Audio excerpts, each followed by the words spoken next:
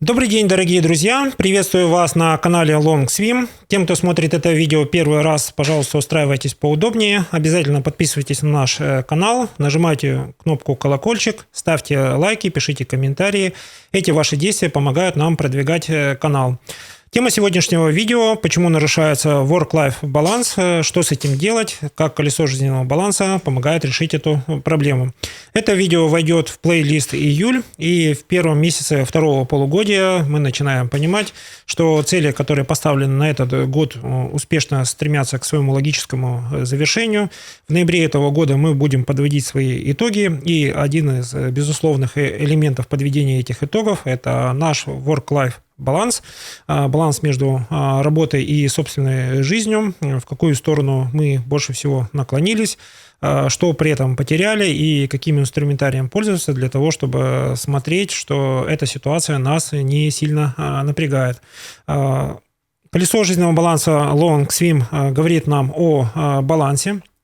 И в YouTube есть очень много видео, которые говорят о том, что дисбаланс – это источник прогресса, баланс – это устаревшее понятие. Давайте с этими моментами разбираться сквозь призму баланса. Итак, зачем нужен баланс? Баланс – это некое равновесие, при котором вы можете легко делать акцент на одном элементе этих качелей, то есть это работа, и плавно возвращаться к тому, что жизнь все-таки продолжает жить, и у вас есть 2 минимум выходных в неделю, которые позволяют вам заняться другими сферами этой жизни.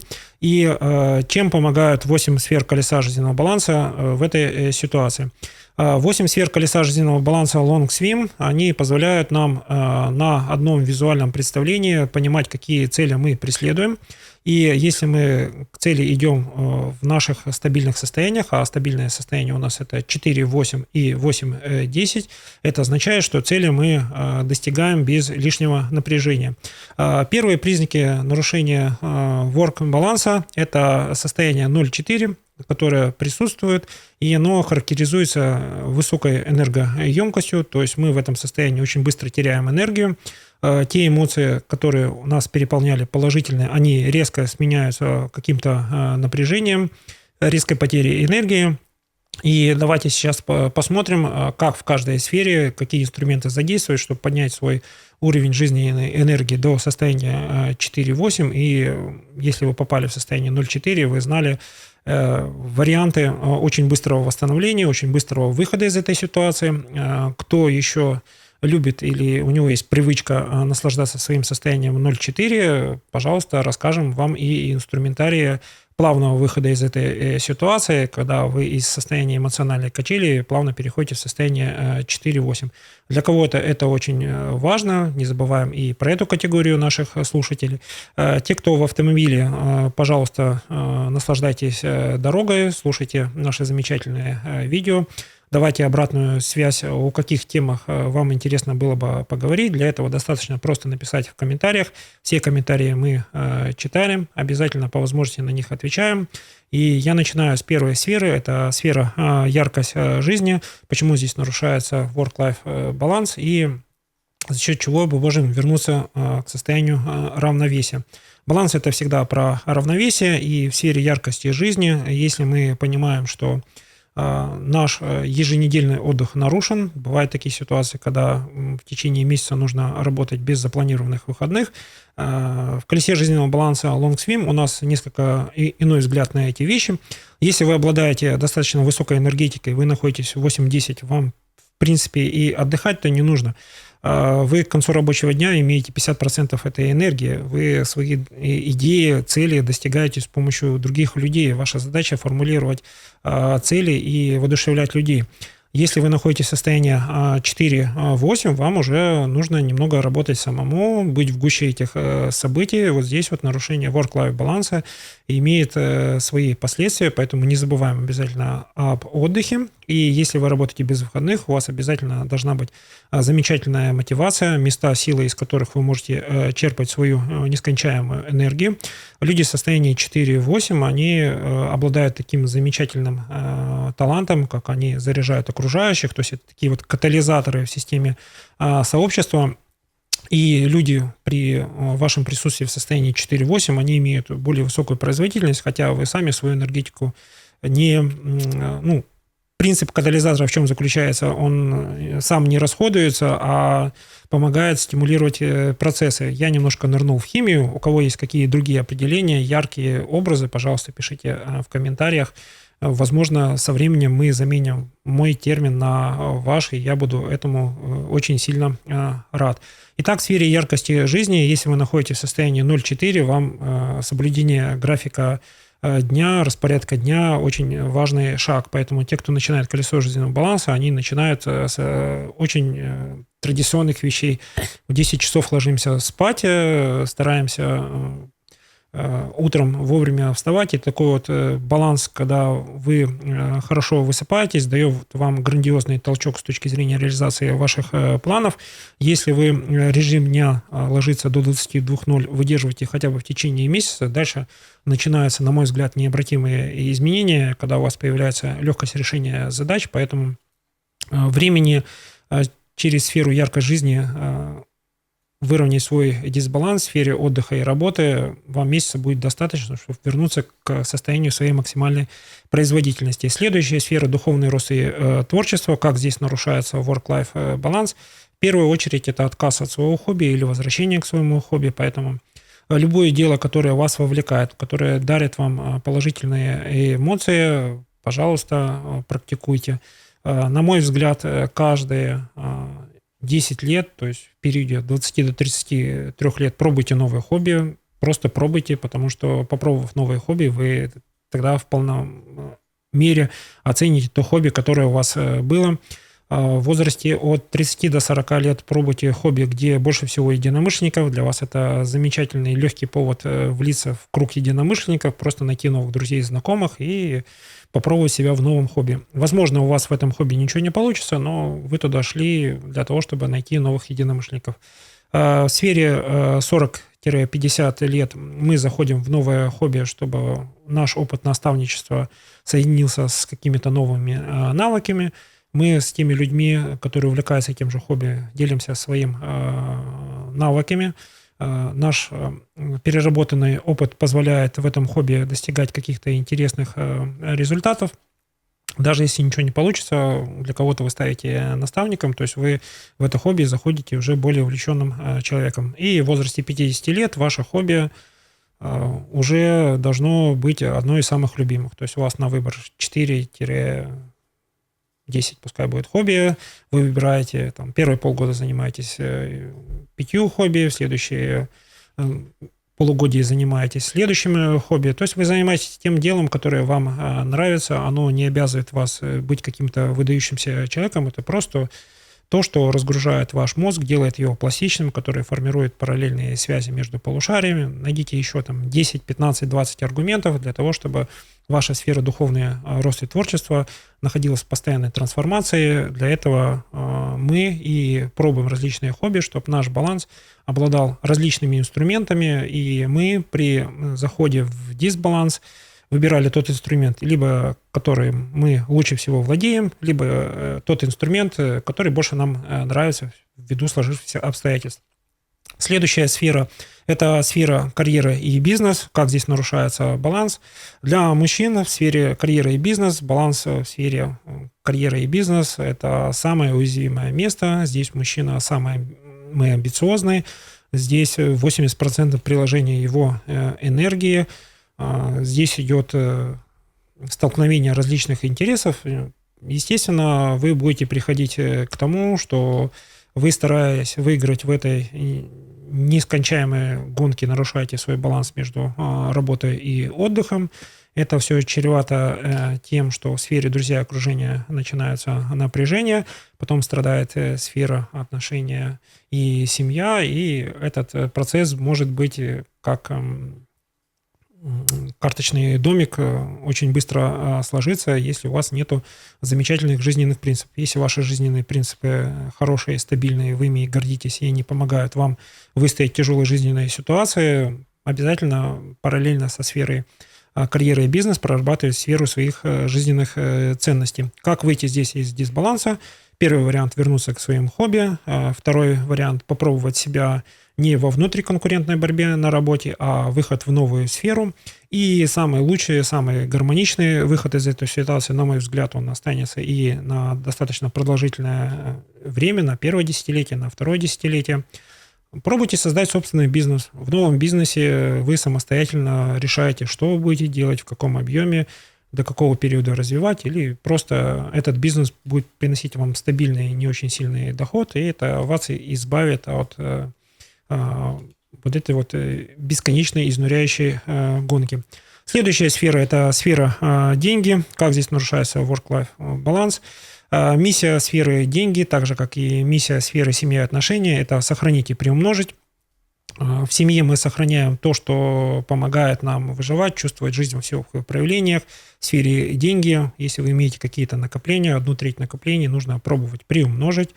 Для того, чтобы это приумножить, нужно обладать настойчивостью. То есть вы переходите в состояние 4-8 и должны рекламировать свою экспертизу, товары и услуги. И через рекламу, экспертизу и услугах вы получите новых заказчиков, новых поклонников, новых ценителей вашей экспертизы, и, к сожалению, нет другого варианта. Если у кого есть какое-то другое мнение по поводу состояния в сфере деньги, обязательно пишите в комментариях, мы открыты к диалогу, с удовольствием выслушаем вашу точку зрения, возможно, поэтому запишем отдельное видео, а пока это остается вот на данный момент записи видео именно в таком состоянии. В состоянии 8-10 в сфере деньги, если нарушается work-life баланс, это означает, что вы инвестировали не в ту категорию, в вашем бизнесе, в вашем стартапе все идет не экологически чисто, нарушает ваши жизненные правила и принципы.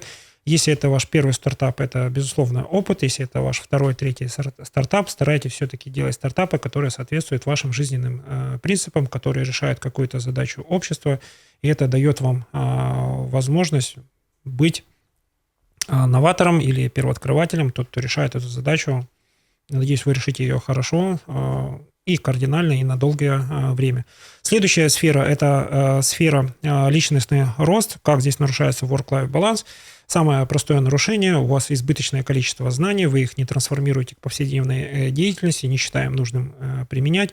У вас много инсайтов, исписанные книги, исписанные блокноты. Это все замечательно, но найдите время и возможность все, что вас воодушевляло, применить к вашей жизни. Пускай это будет небольшое изменение, не обязательно должно изменения быть кардинальными и очень большими. Пускай это маленькое улучшение, не очень грандиозное, которое не все отметят. Когда вы перейдете к сфере наставничества, в сфере личностный рост, вы заметите, что именно в сфере наставничества ваши исписанные блокноты с инсайтами, пройденные лекции, все, что вы прошли к обучению в теме наставничества, они все применимы. Поэтому, если вы в состоянии 0,4 не можете что-то применить, не обесценивайте свое время, потраченное на обучение, просто дождитесь того момента, когда вы займетесь наставничеством, и в этих записях вы будете искать новый инсайт. Плавно переходим к сфере здоровья и спорта. Что же здесь нарушается в work-life балансе? Здесь нарушается баланс между интенсивностью ваших тренировок и того времени, которое вы потратили. Если вы на определенном этапе тренировки не будете ставить себе амбициозные цели, то есть участие в каких-то соревнованиях, вы заметите, что вы тратите 3-4 дня в неделю на тренировки, но у вас нет какого-то хорошего мышечного состояния, когда вы готовы кучу дел переделать. То есть мы занимаемся спортом для того, чтобы стремиться к своим целям. У нас не задача заниматься спортом ради спорта. То есть это у нарциссов спорт – это часть его публичного имиджа. Для нас, людей простых, которые далеки от таких сложных состояний, как нарциссизм, спорт – это способ поддержать себя в хорошем творческом спортивном подъеме, когда после занятий спортом нам хочется вернуться к своим делам воодушевленными, восстановленными, и этого запаса энергии хватает на длительное время. Ключевое слово – длительное время, потому что если вы своему здоровью уделяете регулярное время и нет никаких медицинских показаний, именно длительное состояние физической воодушевленности и подъема говорит о том, что ваша сфера здоровья и спорта построена правильно. Сфера, друзья, и окружение. Сфера, еще раз повторюсь, для мужчин, которая требует очень сильного приложения. Мужчина без своего окружения, как правило, чувствует себя некомфортно. в друзьях и окружении он чувствует, что может проявить все эмоции, и это правильно. Для женщин сфера друзья и окружение, она тоже очень важна, потому что женщины очень быстро приводят свои эмоции в баланс, и у женщин, в отличие от мужчин, сфера поддержки, она является очень критичным. Как здесь нарушается work-life баланс для женщин в сфере друзья и окружение? В первую очередь, это очень слабо проработанные жизненные принципы. Если у вас слабо проработанные жизненные принципы, у вас постоянно будет тянуть в спасательство, в решение задач за счет своего личного времени, в ущерб своим интересам. Если вы легко достигли своих целей, можете помогать другим. Это правильное решение, но если в течение года у вас в каждой сфере будет примерно по 5 целей, 8 умножить на 5 равно 40 целей на год, это замечательная такая умеренная нагрузка, поэтому в первую очередь, если вы чувствуете, что у вас большое количество времени остается свободным или в излишке, для женщин самое главное добавить в каждую сферу своего колеса жизненного баланса плюс 1-2 дополнительные задачи, и таким образом ваш баланс очень гармонично вернется к такому состоянию, когда по концу года у вас будет очень много ваших лично вам нужных достигнутых целей, ну и как баланс 10-15 подруг будут спасены благодаря вашему участию, потому что их вовремя поддержали, воодушевили. Это часть именно проявления женщины. Она всегда умеет поддержать, несмотря на то, что для нее это колоссальная трата сил. Спасибо вам за это, женщина. Как проявляется дисбаланс или нарушение ворк-баланса у мужчин? Мужчина в сфере друзья и окружения свое время вырывает из семьи и отношений, поэтому вам для себя важно вести дневник, что вы делали полезного для семьи и что вы полезного сделали для друзей и своего окружения. Если вы замечаете, что ваша семья больше нуждается в вашем присутствии, пожалуйста, найдите возможность успеть и в сфере друзья и окружения, и в сфере отношений и семья. Как только вы проработаете сферу семья и отношения и заметите, что у вас много совместных планов и действий со своим любимым человеком, с женой, с любимой женщиной, вы поймете, что приоритет у вас сместится в сторону любимого человека, любимой женщины, жены, потому что колесо жизненного баланса Long Swim — это тоже про приоритеты. При двух равных приоритетах всегда выбирайте семью и отношения. Это к вам вернется многократно, потому что женщина, которая почувствовала внимание и заботу, она отдает мужчине многократно, в несколько раз больше. А вот этой вот именно эмоциональной или тонкой энергетической поддержки мужчине всегда не хватает, и эту женскую энергетику в сфере друзья и окружения он не возьмет, потому что для того, чтобы дать тонкую энергетику поддержки мужчине, женщина его должна любить. Плавно переходим к сфере семья и отношения. Как здесь нарушается work-life баланс? Я уже частично затронул эту тему. Вы и мужчина, и женщина должны найти возможность домой возвращаться в состоянии энергетики 30%.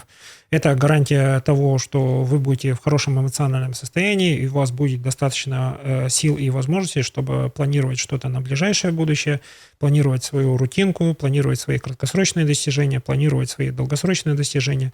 Чем больше у вас долгосрочных достижений запланировано, тем крепче будет ваша семья, и вы будете понимать, что эти долгосрочные отношения будут служить и вашим детям в качестве опоры, в качестве стартового трамплина.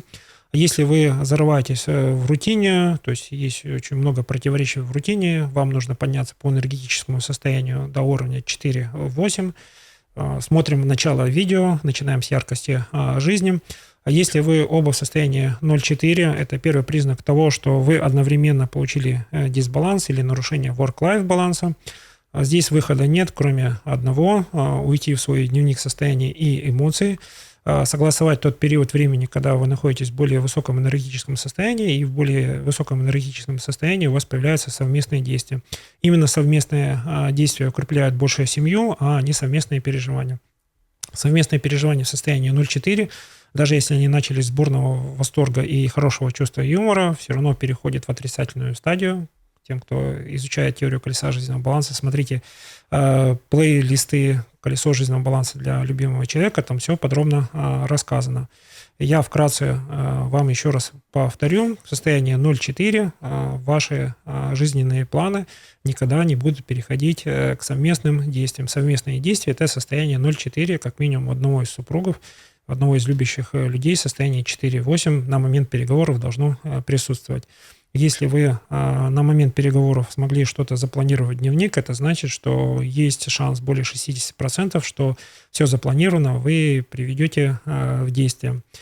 Тем, кто смотрел это видео, всем желаю хорошего дня, прекрасного настроения. Обязательно подписывайтесь на наш канал. В наших видео есть много интересной и полезной информации для вашей жизни, для жизни ваших окружающих. Поэтому не забываем делиться этим видео по социальным сетям. Нажимайте кнопку «Поделиться» и пересылайте эти видео своим друзьям, знакомым, коллегам. Наше видео переведено на 185 языков мира.